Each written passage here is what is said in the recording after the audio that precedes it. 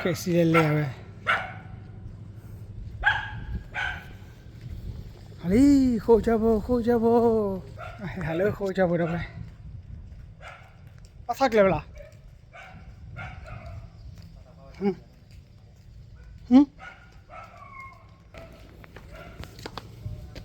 โอ้เดี๋ยวเลย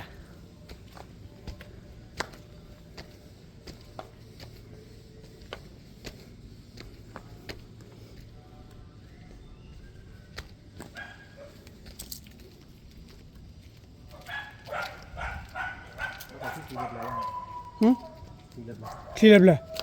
เนี่ยก็ไปเลยคลีเลบเลยจะที่ว่าน้ำลาย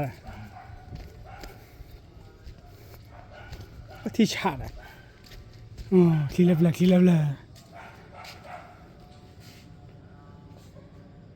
ีเบนวาร์เลเบ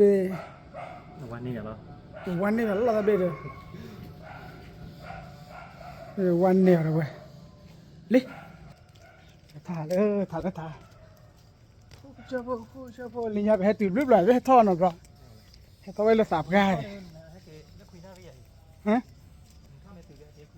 แล้วคุยนาดิใครเนี่ยไม่ไหวเลย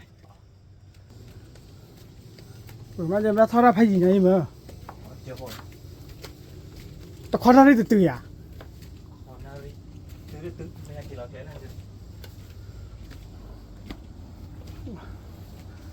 ตัวข้าวเราเว้ยเลยโคตรอ่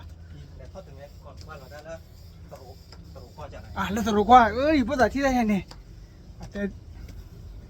เว้ยน่าพลาดจังเลยอ่ะพลาดเราก็เดินเลยตัวก็เฮ้ยเล็บฝึกจากเราเลย